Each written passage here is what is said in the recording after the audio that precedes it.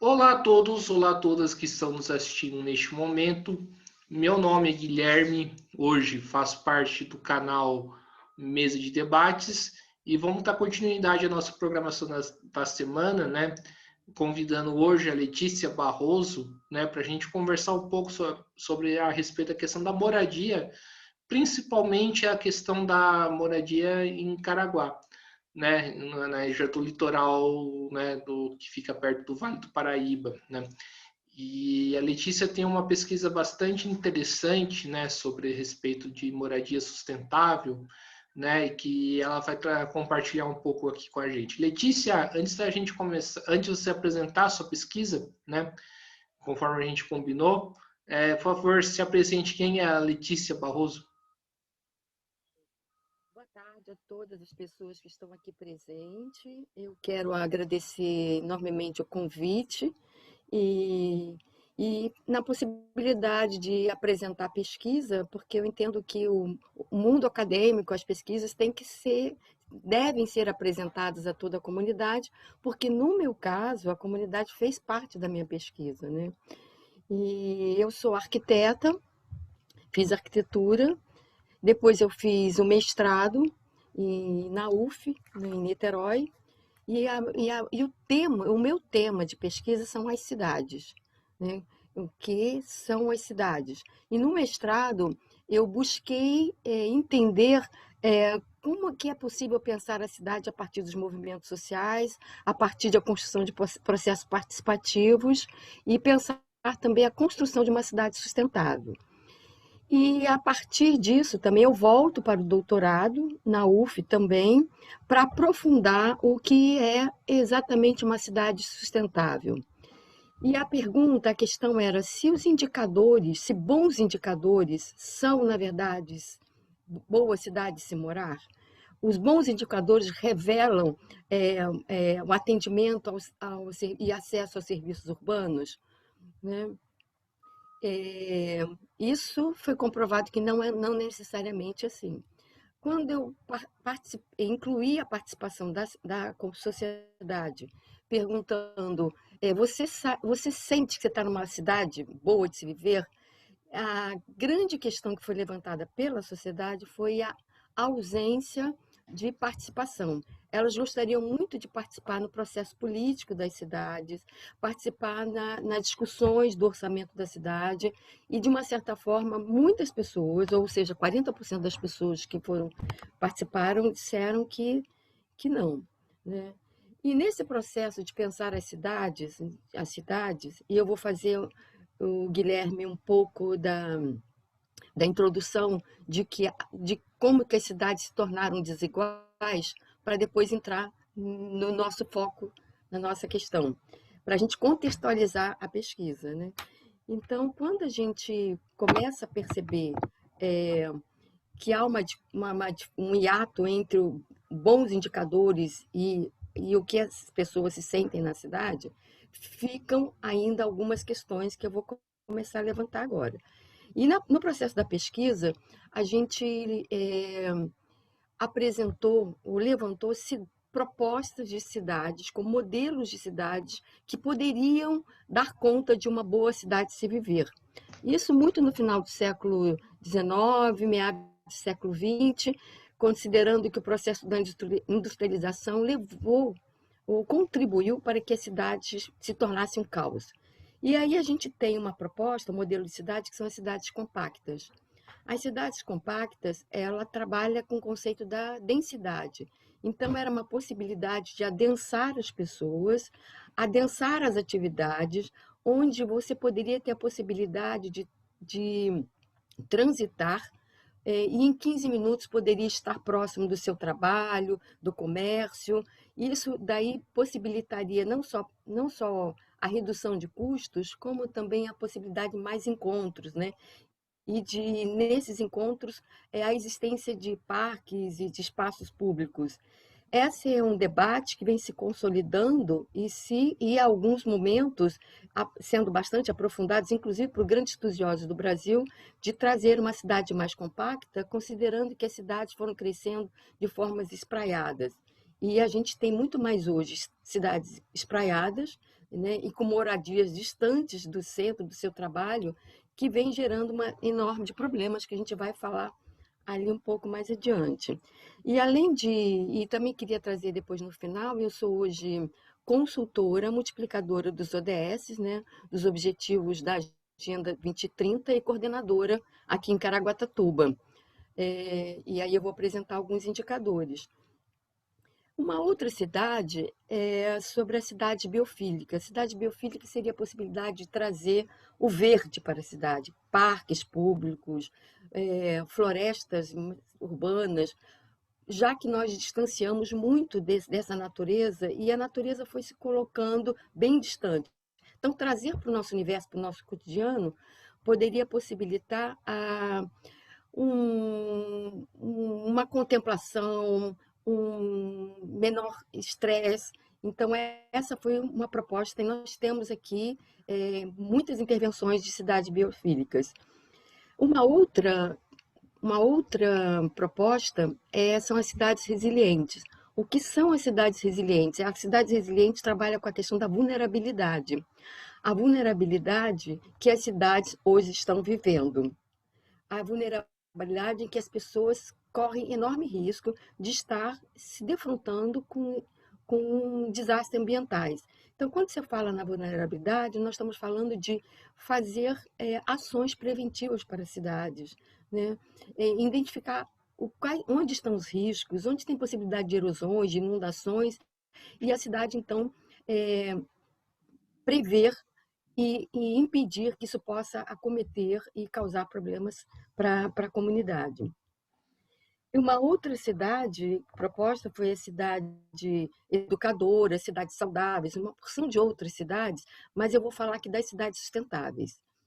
E a minha pesquisa foca se as cidades sustentáveis são aquelas que têm bons indicadores, né? Bons índices de saúde, educação, são as cidades sustentáveis, né? Que têm moradias para todos, né? E a pesquisa mostra que não, necessariamente não é isso, né? E aí, falar de cidades sustentáveis, a gente tem que estar falando de dois conceitos sustentáveis. O que é sustentável? Da onde que vem esse conceito, né? Desde 1970, onde ocorreu a primeira conferência internacional, o mundo se encontra para pensar os limites do crescimento. Foi um relatório que foi apresentado nessa grande conferência mundial. E, assim, é preciso pensar os limites do nosso crescimento. Pensar os limites do crescimento, porque o crescimento ele pode ser linear e crescente, mas o nosso estoque natural ele não é linear e crescente. Então, quando você fala em sustentabilidade, você está dialogando com uma vulnerabilidade, você está dialogando também com resiliências, você está dialogando com a dimensão ambiental. E aí esse debate foi surgindo, e daí a partir de várias outras conferências, e nessas conferências, em 1992, que foi uma grande conferência que se deu aqui no Brasil, em 1992, ou a ECO 92, e foi apresentado o nosso futuro comum, que na verdade foi um grande diagnóstico que foi feito para identificar como o mundo estava vivendo. E nessa grande conferência da Rio 92, ou ECO 92, em 1992, que foi realizada no Rio de Janeiro, com a presença de representantes de 190 países, alguns acordos foram lançados e algumas propostas. Dentre eles, o Protocolo de Quioto, né, que deu, então, que hoje a gente vê as grandes discussões sobre a redução do clima, as mudanças climáticas, a questão da biodiversidade e a questão da Agenda 21. A Agenda 21 seria, então, agendar as cidades, os países, os estados para o século 21. E aí, o que se dizia que, então, era imprescindível que se colocasse a dimensão ambiental nas políticas públicas, que a dimensão ambiental, então, dialogar com as vulnerabilidades e as resiliências que nós estamos vivendo. Então, essa é e aí ficou consagrado no relatório Nosso Futuro Comum que o desenvolvimento sustentável é crescer sem comprometer as necessidades das gerações futuras. E aí e a partir de então ela vai tomando umas outras dimensões, incluindo a dimensão da sustentabilidade ambiental, sustentabilidade cultural, sustentabilidade econômica e sustentabilidade política. E o que são cidades? Né? Agora a gente precisa entender o que são cidades. A cidade é um território, a cidade é um espaço onde moram pessoas que trabalham, que passeiam, que circulam. Isso é a cidade. Ou a cidade é um espaço onde é delimitado, né, por uma linha que é a cidade. É também isso, mas a cidade, eu vou trazer o conceito de Lefebvre, a cidade é uma produção. Ela é a produção das relações da sociedade. Ela é o produto das relações sociais. Ela é também o espaço onde as pessoas moram, mas ela é um produto.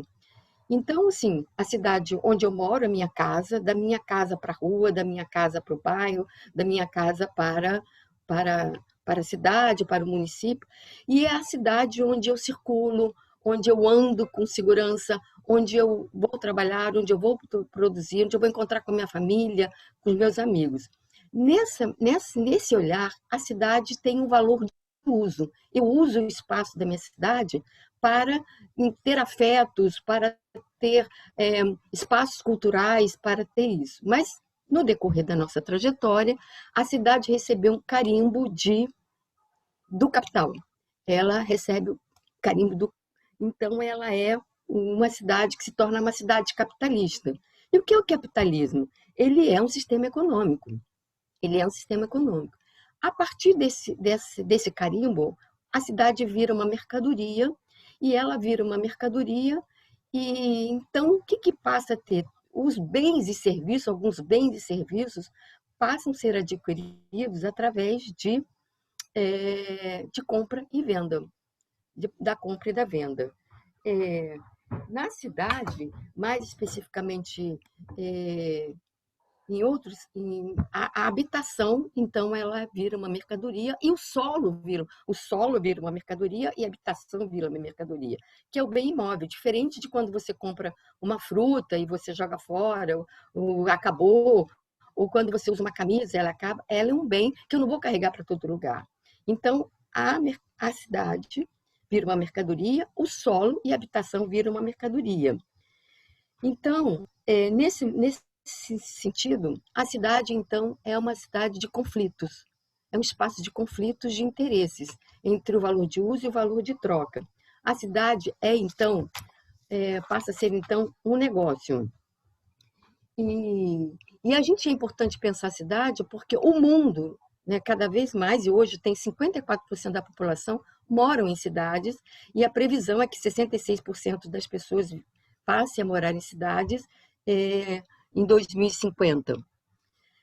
Agora, eu queria focar agora e trazer agora para nossas cidades brasileiras. Né? As cidades brasileiras, como é que estão as nossas cidades hoje? Né? Como é que estão as nossas cidades?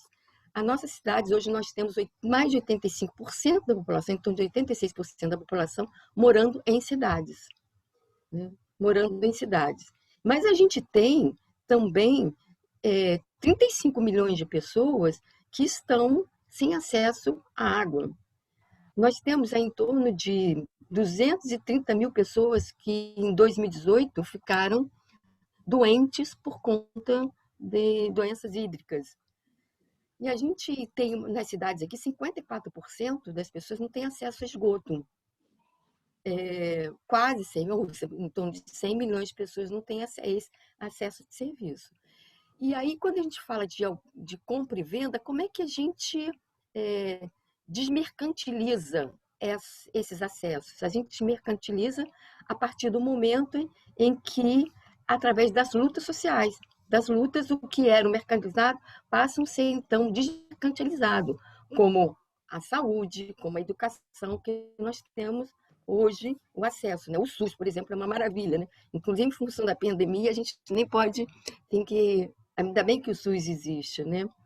a gente tem um desemprego aí de 14%, quase 14% de desemprego, e aí uma vulnerabilidade muito grande que ficou claro na pandemia. A pandemia iluminou como as nossas cidades estão existindo, como nós estamos morando na nossa cidade, ou a grande vulnerabilidade que nós estamos vivendo.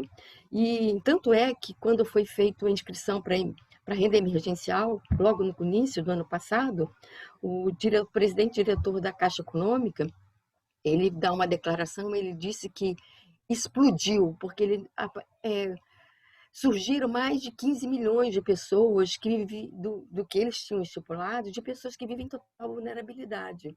Então, a vulnerabilidade é hoje muito maior do que a gente imagina. E a pandemia deu clareza a essa vulnerabilidade de moradia, vulnerabilidade de emprego, né? Então, e ainda mais, além desses empregos, 43% dessas pessoas que estão desempregadas, muitas delas são mulheres, né? E a gente tem aqui 7 milhões e meio de déficit de moradia no Brasil.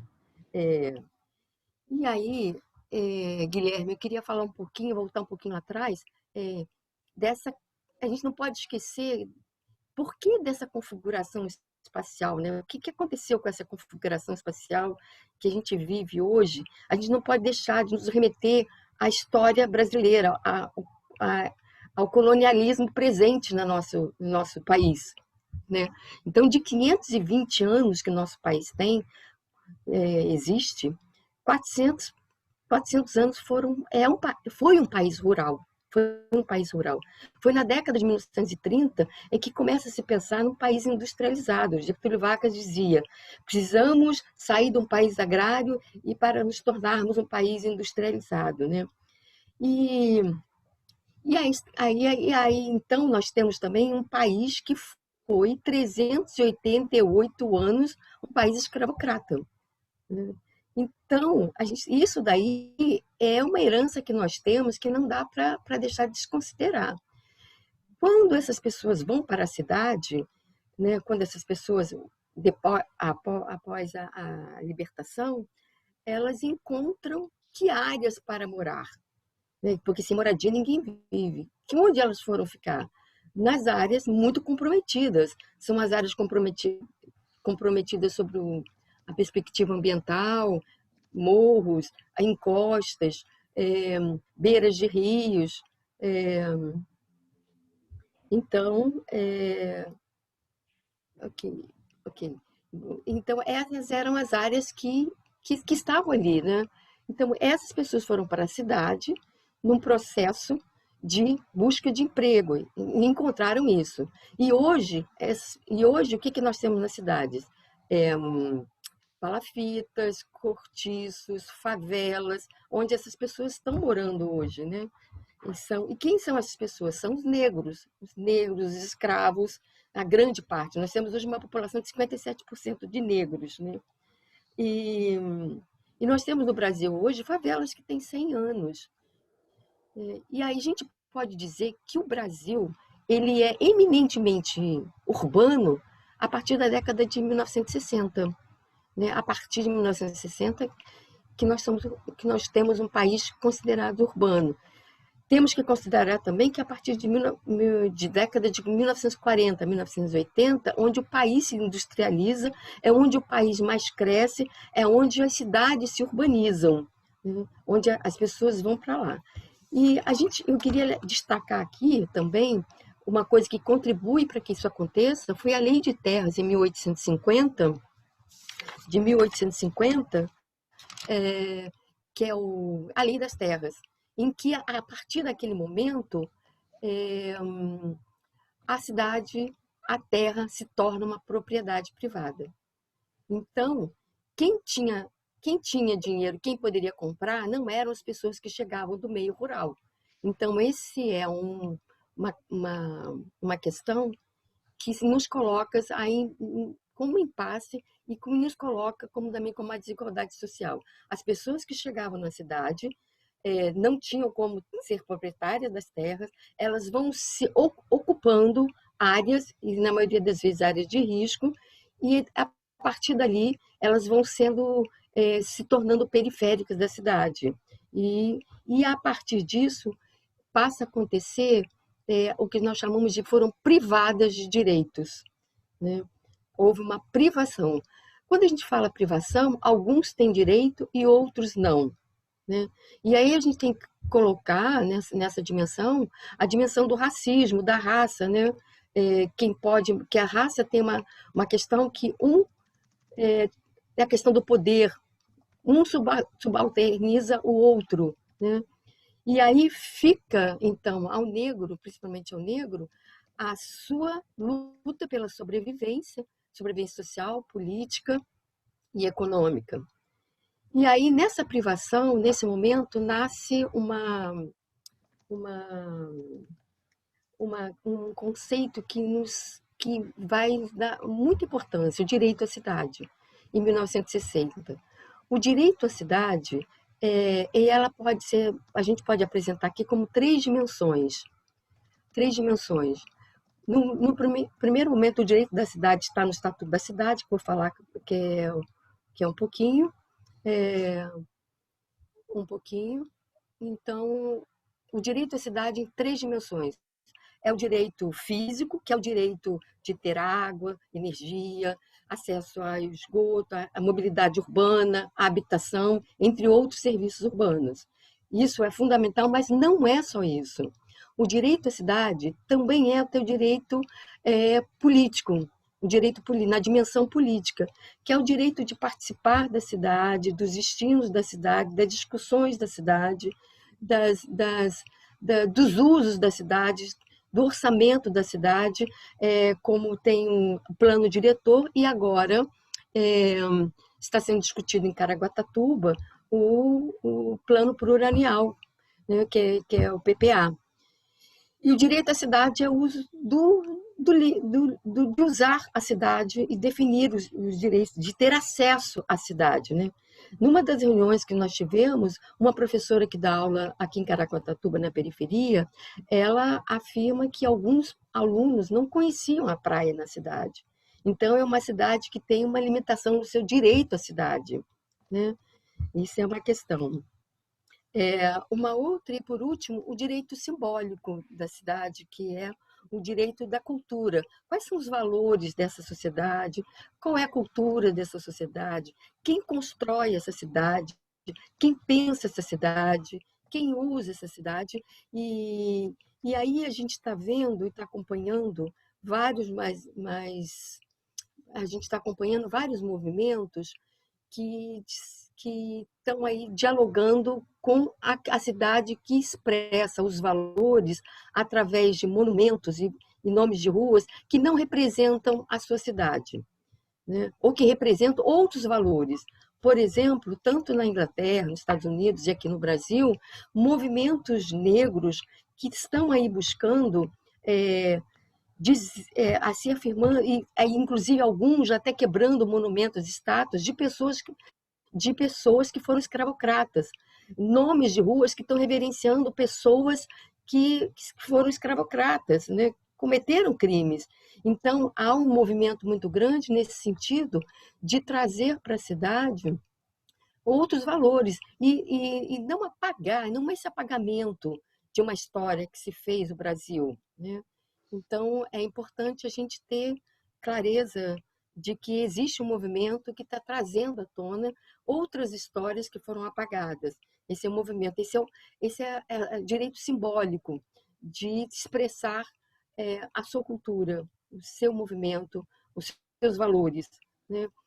Então, o direito à cidade, ele é extremamente importante entender no sentido do físico, no sentido político e no sentido simbólico.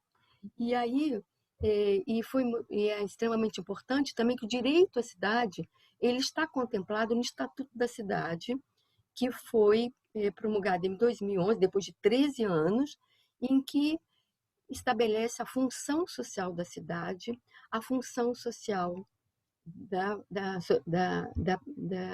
privada, da, da, da sociedade privada. Então, a função da propriedade privada, ou sociedade, desculpa, da propriedade privada, ela passa a ter uma função social, e o Estatuto da Cidade traz alguns elementos, alguns institutos, para que possa, então, serem utilizados para que a cidade se torne mais justa, que a cidade se torne mais igual, que a cidade se torne mais... e que traga, e que seja... que ocorra menos privações, né? Que se torne mais justa. E isso daí é extremamente importante, porque há uma discussão, e hoje ela está se discutindo muito, porque faz 20 anos do Estatuto da Cidade, e ela traz também a importância dos planos diretores, e os planos diretores, que são instrumentos importantes a serem discutidos na cidade, de forma participativa, que podem, então, trazer esses institutos do Estatuto da Cidade. Agora, eu queria trazer que as cidades, que têm várias leis, nós temos as leis aí da mobilidade urbana, as leis do Estatuto da Cidade, do saneamento ambiental, mas ainda as cidades, a partir da pandemia, ela exige não só rever a cidade e também ver essa questão de colonialidade, porque a partir do momento que você consegue entender isso, você consegue ter um outro olhar para a cidade. Então, se nós temos hoje uma enormidade de pessoas nessa pandemia, morando em cidades que têm uma desigualdade muito grande e que tem aí aspectos de moradia, de coabitação, de uma alta densidade, é uma situação propícia para a disseminação do vírus, né? E aí não adianta dizer que as pessoas têm que ficar em casa e trabalhar em casa, porque muitas dessas pessoas não têm home nem office, então é uma situação muito delicada, né? Muitas dessas pessoas, então tem que haver que novas formas de habitação. E outra questão é o ônus excessivo do aluguel. O aluguel vem vem crescendo de uma forma considerável. Isso gera o ônus excessivo do aluguel, que vai comprometendo, inclusive, a renda da população, e aí exigindo outras formas de regularização da cidade, né? Regularização da cidade e da regularização fundiária da cidade, né? As pessoas estão morando em áreas que precisam ser regulamentadas, e existem várias formas, inclusive formas coletivas, de regulamentação dessas pessoas, dessas áreas, né? Um outro desafio que nos coloca agora, que é bem importante, além da questão da habitação, é o acesso à água. Ano passado, nós tivemos a privatização da água, e foi bastante discutido, e a água terceirizada é um desafio para os municípios enfrentar esse acesso à água como um direito universal. E outro desafio que nos coloca com um desafio muito grande é a mobilidade urbana. As pessoas precisam circular, inclusive, para ir do centro, da periferia para o centro, até para conseguir emprego, né? Se tem uma tarifa alta, como é que a gente convive com isso? A gente precisa pensar a mobilidade não só com esse foco destino e origem, porque as pessoas circulam de maneira diferente, inclusive pensar sobre a ótica das mulheres. Os homens vão casa-trabalho, casa-trabalho. As mulheres têm uma outra forma de circular, que é creche, escolas, compras. Então, outras formas de mobilidade urbana, né? E outras formas que possam atender às diferentes formas de mobilidade, e de acessibilidade também. Então, a pandemia nos traz assim, novos olhares, novos desafios para pensar cidades diferentes. Algumas cidades na Europa falam em cidade a 15 minutos, que eu possa ter as coisas em 15 minutos, né? Jane Jacobs dizia que as cidades têm que ser diversas, elas têm que ser pequenas, não com essa densidade enorme que a gente tem aí, com uma insegurança muito grande, e que as pessoas possam andar nas cidades com enorme segurança, né? E uma outra coisa que é um grande desafio nesse momento é a segurança alimentar, né? a segurança alimentar. As pessoas precisam comer e as cidades e o Estado tem que estar presente e garantir isso, garantir alimento, garantir, propiciar projetos que possam dinamizar hortas urbanas, hortas comunitárias e outras formas, proteção aos produtores locais, fortalecimento dos produtores locais, e para que a gente possa conviver com essa segurança, não só a segurança de andar na cidade, mas também uma segurança alimentar. E aí eu queria dizer, então, que a cidade sustentável, apesar de todos os indicadores, apesar de geração futuras, nós estamos lidando aí com um vírus que nos coloca diante de vários desafios e grandes desafios, que além dos bons indicadores, é preciso pensar, e agora, Guilherme, eu queria dizer que esses desafios têm que ser, na maioria das vezes, respostas e soluções coletivas. Não dá para ser de forma individual, tem que ser coletivas. Então, eu apresentei aqui, de uma certa forma, a pesquisa, na medida em que ela apresenta que os indicadores não revelam umas boas cidades de se viver, apesar de nós termos uma seriedade de cidades que foram premiadas, e nós contamos, ao lado de cidades premiadas, uma violência urbana muito grande. Então, são outros elementos que precisam ser contemplados para que a gente possa ter uma cidade boa de se viver. Ok? Perfeito. Letícia, primeiramente, muito boa explicação, né, que você faz, né? E eu queria te fazer uma pergunta, né? A primeira pergunta que eu faço, né, é que, assim, pelo que eu entendo, né, a expansão das cidades, ela está relacionada com a expansão do próprio capitalismo. A partir do momento que o capital cresce, as cidades crescem também, né? Seria, então, o capital o principal entrave para a gente conseguir chegar nessas cidades que você pesquisa, né? E como que a gente pode combater isso? Olha, não resta a menor dúvida que a cidade sustentável, que a cidade... O que eu falei lá no começo, que existe um jogo de interesses, né? A cidade é cheia de conflitos. E quais são os agentes presentes na cidade? Os agentes presentes na cidade são os promotores imobiliários, os agentes imobiliários, e que, de uma certa forma, fazem a especulação na cidade, né? Então, a gente tem presente também uma grande dificuldade de associar esses conflitos. Os conflitos estão presentes. Bom, qual é o grande mote? É a especulação imobiliária. Então, e que, de uma certa forma, e que são os atores muito, muito presentes na cidade, e que, em muitos momentos, está junto com o Estado, e que as leis, de uma certa forma, acabam beneficiando, né? Quando eu falo do Estatuto da Cidade, são institutos que são criados para conter essa especulação imobiliária. E tem aí presente a função social da propriedade privada. E nós temos aí, Guilherme, alguns institutos que preservam a função social da cidade. Um é o IPTU progressivo da cidade, o outro é o direito de preempção, que são direitos de venda, de preferência de venda. Então, com certeza, a gente tem aí, nesses espaços de conflitos, muitas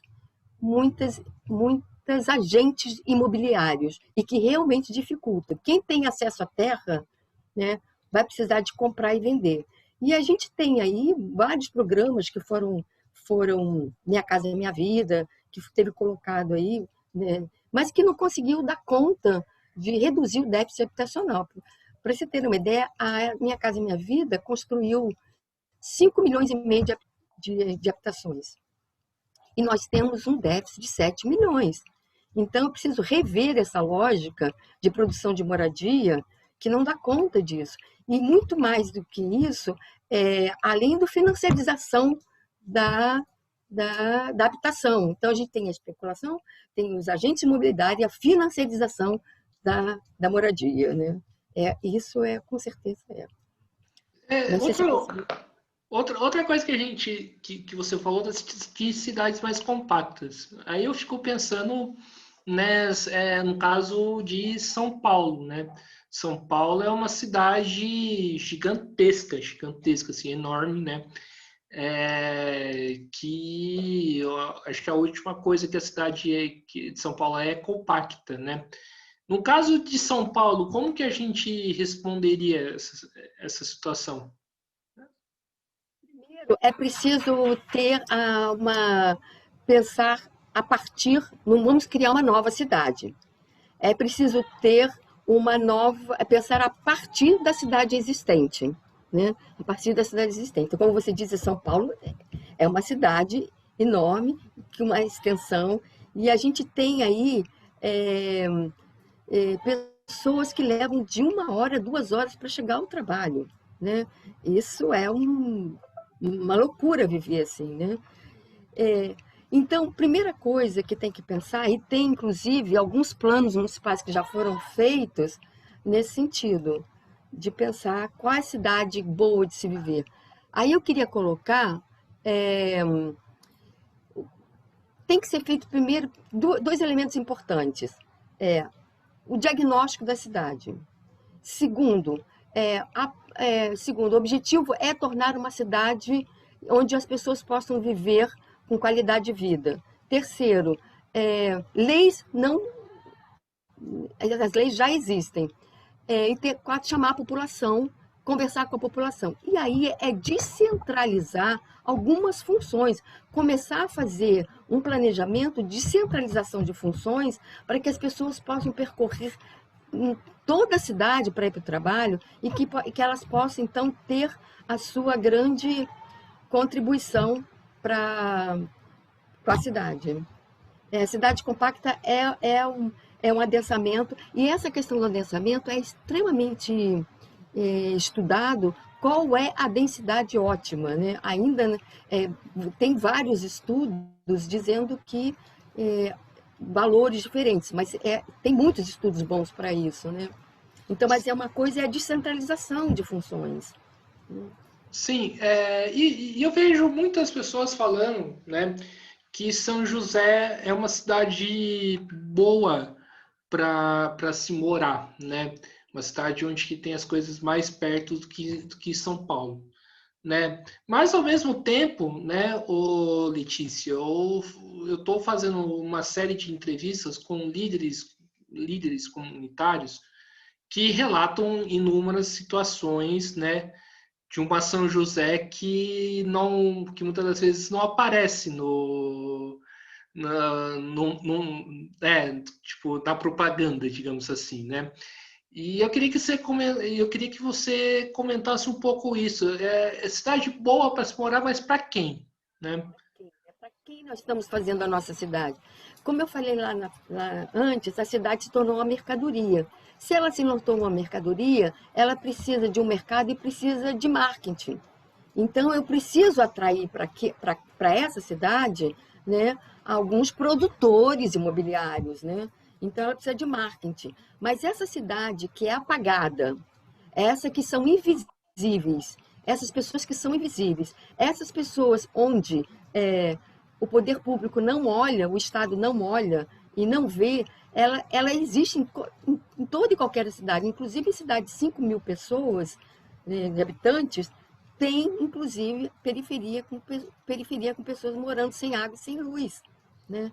Então, é por conta de quê? De investimento, falta de investimento para essas pessoas que moram ali. Agora, existe, porque as cidades, como eu mostrei, nossas cidades já foram formatadas de formas desiguais. A gente tem o nó da terra lá, de 1850, que a gente está tentando desconstruir até hoje, né? E ainda tem a questão da racialização, né, das cidades. Eu quero te apresentar, Guilherme, foi feita uma pesquisa na metrópole do Rio de Janeiro, envolvendo acho que 34 cidades, e é bem interessante. Em Caraguatatuba tem isso também, eu vou falar depois para você. Né? Então, quem são as pessoas que moram na faixa litorânea nas melhores áreas? São os brancos e que têm os melhores salários. Quem são as pessoas que moram na periferia? São os pobres e são os negros. E vai justapondo assim, né?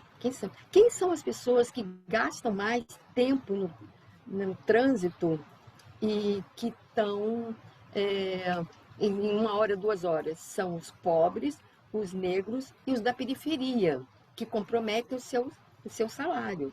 Né? E que ganham até 40% menos, uma diferença de 40% do salário dos negros, do salário dos brancos. Né? E ainda tem uma diferença se a gente for entre os homens negros e as mulheres negras. Então, isso está colocado. E aí, se a gente vê assim, o transporte público atende de igual a todas as cidades, a todas as pessoas? Não, não atende a todas as pessoas. A renda da terra, o valor da terra é para todas as pessoas? Não, não é para todas as pessoas. Então, existe uma cidade desigual. Existe aquela que é apagada. Como eu falei, assim, a história dos negros é apagada, os pobres são apagados, eles são apagados.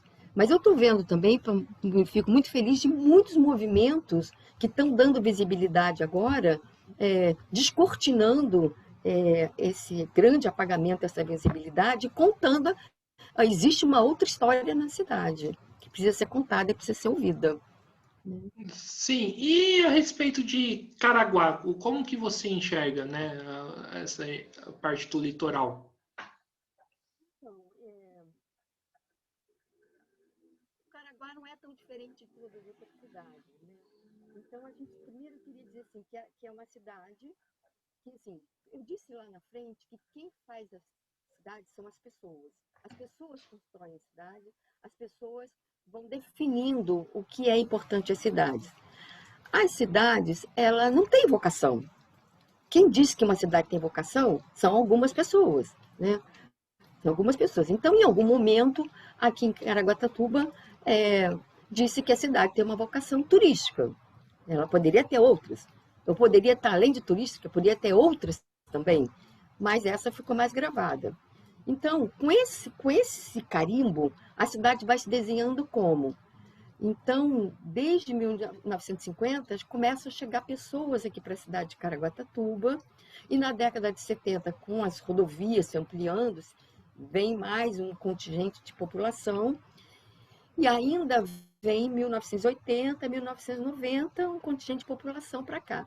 As cidades já estão desenhadas para especulação imobiliária, as pessoas não têm acesso à terra como toda, a gente falou, nós falamos anteriormente, elas vão adentrando as escarpas das serras e vão ocupando áreas de risco, áreas de encosta, população ribeirinha que a gente tem aqui. E aí nós encontramos aqui, e o relatório do Polis, que foi feito, identificou 19 ocupações que vivem em área de risco. Então, a gente tem isso aqui em Caraguatatuba. E essa população, ela obedeceu a mesma lógica, né? De outras tantas cidades, e a lógica da época colonial, da República, que nós passamos até hoje. As pessoas vêm para a cidade, qual a primeira coisa? É morar. Eu preciso morar. Se eu não tenho moradia, eu não sobrevivo nessa cidade.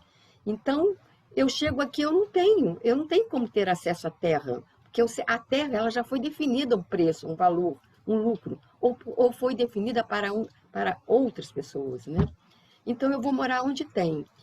E a gente tem essa situação muito presente aqui nas encostas da Serra do Mar, que pessoas moram bastante comprometidas, né? E aí a gente tem uma cidade que 95% da população mora em área urbana. Quer dizer, eu vou dizer que 96% da cidade de Caraguatatuba é urbana, ela é uma cidade urbana. Ela é uma cidade urbana, né? E com quase 70% de acesso a esgoto e o lixo 96%, e são dados de 2019, e que tem aí um grau de comprometimento na periferia e nesses assentamentos precários, né? Que a gente diria como ocupação. Eu queria agora destacar aqui, Guilherme, que é, diante desse histórico que eu fiz aqui, como que as pessoas foram já sendo colocadas separadas, e que elas chegaram aqui, não encontraram lugar, elas ocuparam o espaço, elas não invadiram, elas ocuparam. Deixar bem claro que quando a gente fala nisso, elas ocuparam o espaço. São áreas que foram ocupadas porque não havia nem mercado nem Estado. Então, é essa a lógica que a gente tem que entender de onde essas pessoas estão, né?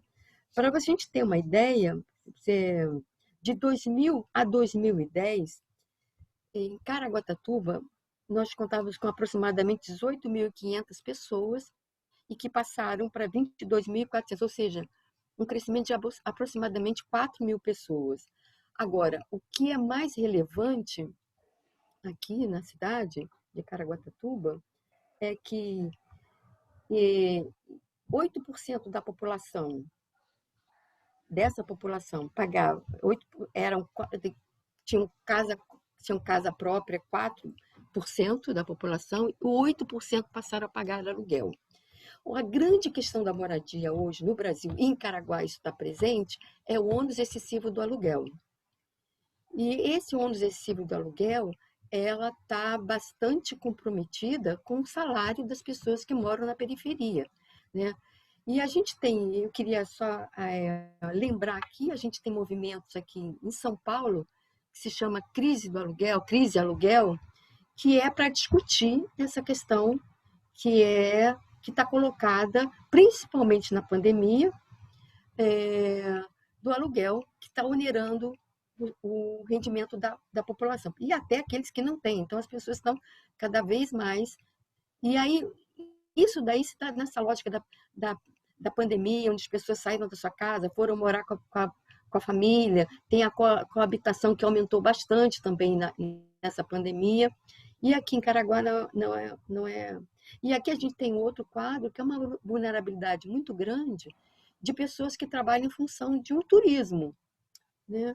E, e não tem. Então, como é possível pensar? Esse turismo, ele é bom para todas as pessoas, para todo o comércio, para todo comerciante, para o hotel, sei que sim, mas para todas as pessoas, né? Eu acho que tem que ter um debate sobre essa questão. Que cidade boa para quem? Para quem essa cidade é boa, né? Para quem esse título de cidade turística é boa, né? Eu queria, então, agora, o município, o poder público local, ele vem disponibilizando e vem construindo habitações para a população. Ele construiu aqui um Getuba, aqui na área norte do município, e então, e vem construindo. Então, eu queria aqui encerrar para você, depois eu posso falar dos ODS, que apontam alguns indicadores do Caraguatatuba, que não deu para falar.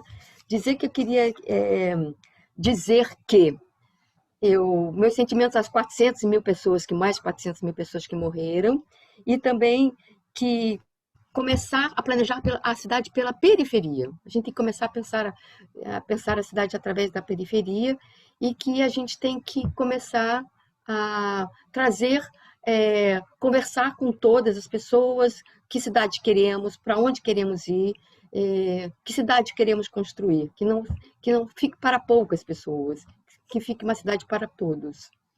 É isso. Sim.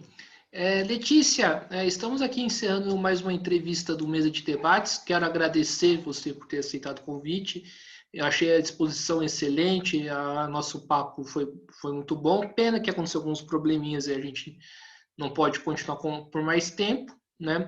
Então, quero agradecer, né, por você ter aceitado, e peço para fazer as considerações finais, assim, para a gente fechar. Então, eu queria fazer algumas considerações finais, dizendo o seguinte, que A pandemia nos faz repensar uma nova forma de viver, nos faz repensar uma nova cidade. É, a gente precisa de. Nós voltamos ao mapa da fome, coisa que a gente tinha superado, e até eu queria relembrar que a Maria Carolina de Jesus, que fala que a fome tem cor, que a fome é amarela, né? Então, queria até o filme do Emicida e amar elo, né? Criar elo entre as pessoas e construir cidade mais justa. Mas isso só é possível construir de formas coletivas, né? A questão fundiária tem que ser pensada de gestão coletiva, né? A questão da alimentação é pensar de forma coletiva. E a cidade tem que ser feita construída pelas pessoas que moram, né? Como se fosse uma obra. A cidade é como se fosse uma obra. E eu queria, então, agradecer enormemente o convite e a possibilidade de apresentar minha pesquisa. E estamos à disposição aí para, depois, se você quiser aprofundar, para e obrigada a todos e a todas. Obrigada. Sim, então é isso, pessoal. Fique atento à nossa programação do Mesa de Debates. Não se esqueça de se inscrever no canal Mesa de Debates de Tudo Um Pouco, né? Curta esse vídeo, outros vídeos que o canal produziu, que vai produzir ainda, né? Curta esse vídeo no Facebook, compartilhe nas redes, curta a nossa página no Facebook, né? E siga a gente no Instagram. Então é isso, pessoal. Fiquem atentos ao canal que teremos novidades. Então, até a próxima. Fui.